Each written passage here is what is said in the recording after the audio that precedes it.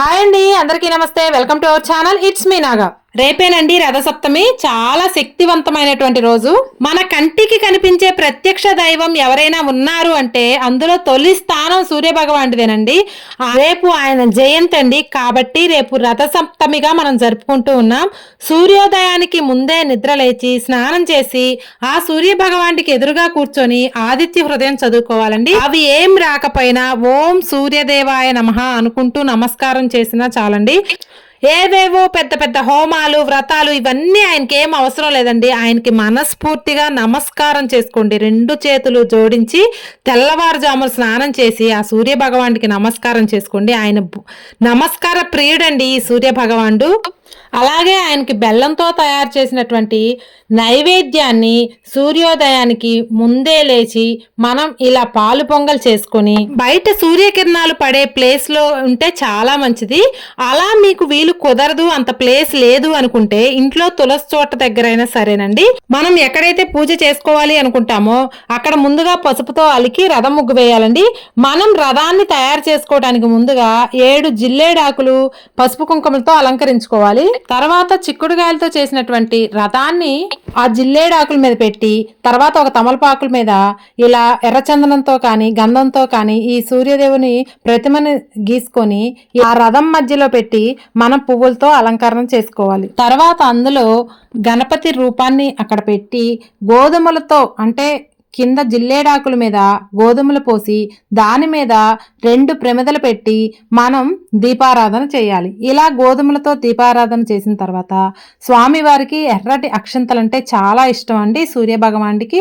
ఆ ఎర్రని అక్షంతలతోటి మనం పూజ చేసుకోవాలి. ఇక్కడ చాలా మందికి ఒక డౌట్ ఉంటుందండి, అసలు చిక్కుడాకుల్లోనే ఎందుకు నైవేద్యం పెట్టమంటారు సూర్య భగవానుడికి అని. ఆల్రెడీ మా చిన్నబాబు అడిగాడు కూడా అండి, ఈ రథసప్తమి రోజే ఎందుకు చిక్కుడాకుల్లో నైవేద్యం పెట్టి మనల్ని తినమంటారు అని అడిగాడు. దానికి నేనేం సమాధానం చెప్పానంటే, ఆ రోజున అంటే ఆ రథసప్తమి రోజున సూర్యకిరణాల్లో ఉండేటటువంటి అమృత కిరణాలు ఏవైతే ఉన్నాయో అవి ఈ చిక్కుడాకుల్లో పెట్టబడినటువంటి అంటే మనం పాయసం చేయగానే వేడివేడి పాయసం చిక్కుడాకుల్లో పెట్టి దేవుడి దగ్గర నైవేద్యం పెడతాం కదా, ఆ వేడికి ఆ ఆకుల్లో ఉన్నటువంటి రసాయనాలన్నీ కూడా చిక్కుడాకుల్లో ఉన్నటువంటి రసాయనాలన్నీ కూడా ఆ పాయసంలో కలుస్తాయి. ఆ పాయసాన్ని ఇంట్లో అందరూ కూడా స్వీకరించమని చెప్తారు. అయితే దానివల్ల జరిగే రసాయనం చర్య ఏంటంటే, మనం చలికాలంలో అంటే ఈ కార్తీక మాసం, మార్గశిర మాసం, పుష్యమాసం ఈ 3 మాసాల్లో కూడా మనకి శరీరంలో ఉన్నటువంటి మనకే తెలియకుండా కొంత బ్యాక్టీరియా అనేది ఉండిపోతుంది. అవన్నీ కూడా నశించిపోతాయి అన్నమాట. తర్వాత కాలం నుంచి ఎండాకాలం స్టార్ట్ అవుతుంది. అప్పుడు మనం పుష్టిగా తయారవ్వటానికి మన శరీరం సిద్ధంగా ఉంటుందన్నమాట. ఈ చిక్కుడాకుల్లో ఉన్నటువంటి ప్రసాదాన్ని మనం స్వీకరించడం వల్ల అది ఇందులో ఉన్నటువంటి శాస్త్రీయ సంకేతం. అంటే మనం సైన్స్ పరం కూడా తెలుసుకోవాలి. మరి ఇంకో ప్రశ్న కూడా అడిగాడండో వాడు, మరి జిల్లేడాకులు తల మీద పెట్టుకుని ఎందుకు స్నానం చేస్తారమ్మా అని అడిగాడు. దానికి నేను చెప్పిన సమాధానం ఏంటంటే, జిల్లేడు ఆకుల్ని ఒంటికి తగిలేలా పెట్టుకొని స్నానం చేస్తే ఆ తడిసిన జిల్లేడు ఆకుల నుంచి ఎన్నో ఔషధ గుణాలు మన శరీరంలోకి వస్తాయి నానా. దీనివల్ల మన ఆరోగ్యం లభిస్తుంది, మంచి ఆరోగ్యం అనేది వస్తుంది, మనకున్న అనారోగ్య సమస్యలన్నీ కూడా తొలగిపోతాయి.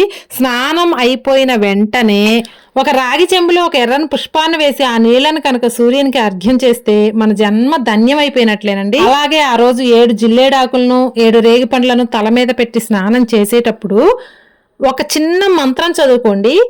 ఆ శ్లోకాన్ని మీకు ఈ స్క్రీన్ మీద కూడా చూపిస్తానండి. యద్య జన్మ కృతం పాపం మయా జన్మసు సప్తసు తన్మే రోగంచ శోకంచమ కర్రీహంతు సప్తమి.